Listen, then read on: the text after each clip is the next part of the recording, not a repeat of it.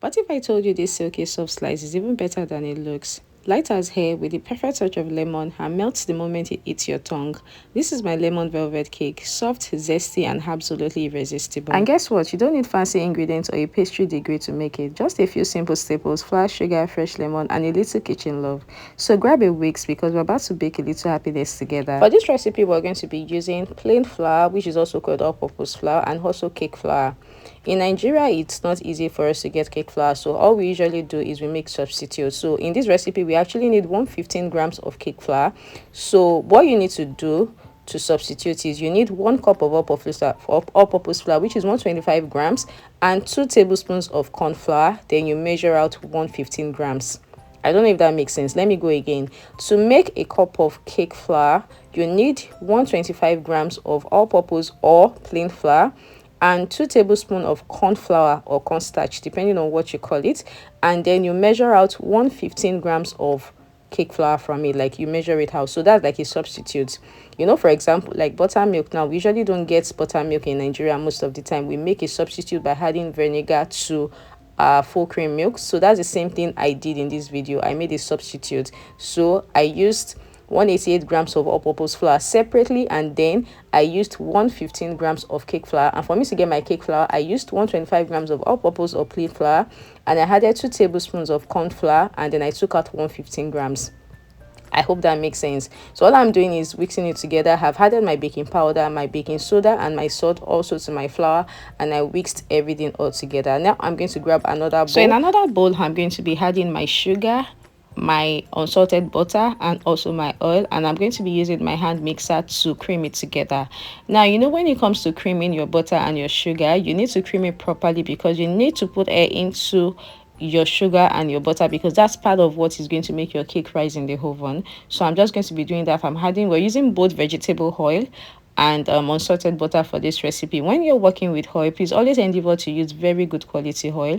Use flavorless oil as well, because if you use oil that has flavor, it's going to affect the taste. It's going to affect the flavor of your cake. So always make sure you use flavorless oil, like vegetable oil. You can use sunflower oil, you can use canola oil. Just make sure that it does not have any form of flavor. So I'm going to be creaming this together until it is light and fluffy before I go in with my other ingredients.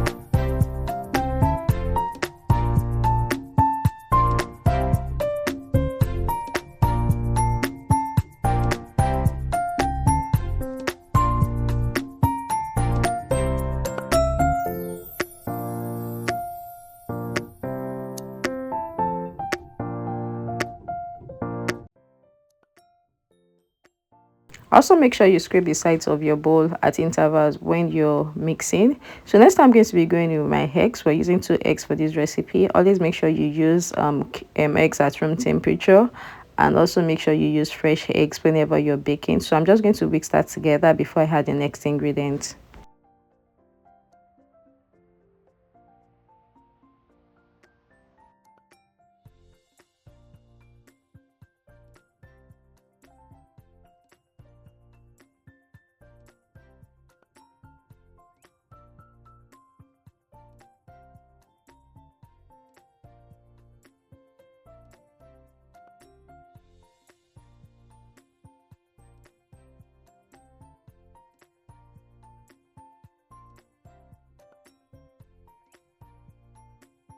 Next, I'm going to be going in with the flavor. We're going to be using vanilla flavor for this recipe, and also going to be using lemon flavor for this recipe. As the name says, lemon velvet cake. So of course, we have to use vanilla flavor. I'm sorry. Of course, we have to use the lemon flavor and also the vanilla flavor for this recipe to enhance the flavor of the cake. So we're going to mix this a little bit more before we go in with the next ingredient. And of course, always remember to scrape the sides of your bowl when you're mixing.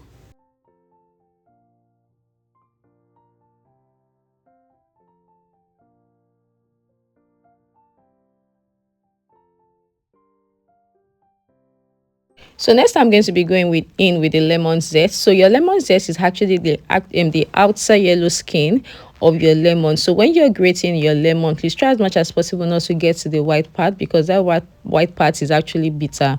So if you're working with, like, let's say it was orange zest, we're going to use your orange zest is the outer orange part of your orange, and for the lemon it is the yellow outer skin of your lemon. So this lemon cake is actually like a full-blown lemon cake. It's not just, we're not just adding flavor to it to get lemon, we're actually like using this zest from a lemon, and we're also going to be adding lemon juice to this recipe as well. So once I'm done adding my lemon zest, I'm going to be alternating my flour with my buttermilk. So I'm going to be adding my flour in 3 additions and also be adding my buttermilk in 2 additions. So whenever you're mixing your flour in your batter, always endeavor not to overmix, because you don't want to build the gluten in your flour so that your cake does not turn out dry, dense and hard. So you need to be very careful. So if you are using a stand mixer, reduce the speed of your mixer to low, and if you're using a hand mixer, also reduce the speed of your mixer. And if you want to use a spatula to avoid over mixing, you can go ahead and do that. So as you know, to make your buttermilk, you need 1 tablespoon of white vinegar to 1 cup of full cream milk. You can also use lemon juice to get your buttermilk. All you need to do is put these 2 ingredients together and let it sit for about 5 to 10 minutes, and then you have your buttermilk. So I'm adding my flour in 3 additions, starting with my flour and ending with my flour. So it means I'm adding the flour in 3 additions, and then my buttermilk in 2 additions. And as I mentioned earlier, try not to overmix so that your cake doesn't come out dry, dense and hard.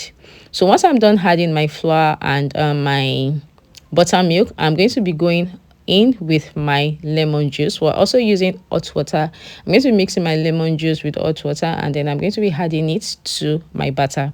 Then we're also using vinegar in this recipe. So what the vinegar does is it gives it that velvety texture. So we're adding the vinegar to the lemon juice and the hot water, and then we're going to be adding it to our batter. That's it. I'm also going to be adding few drops of yellow color. Why I'm doing that is just so that the cake has like a slight yellow undertone. I'm not adding too much. A drop is okay, and it's actually not compulsory. It was just something I did for this cake, just like, you know, when you're doing your strawberry cake and you had a little bit of a few drops of pink color in your strawberry cake, is also the same thing I'm doing for this lemon cake. And as I said earlier, it is not compulsory. So make sure you also scrape the sides of your bowl when you're mixing to be sure that you have everything well mixed together.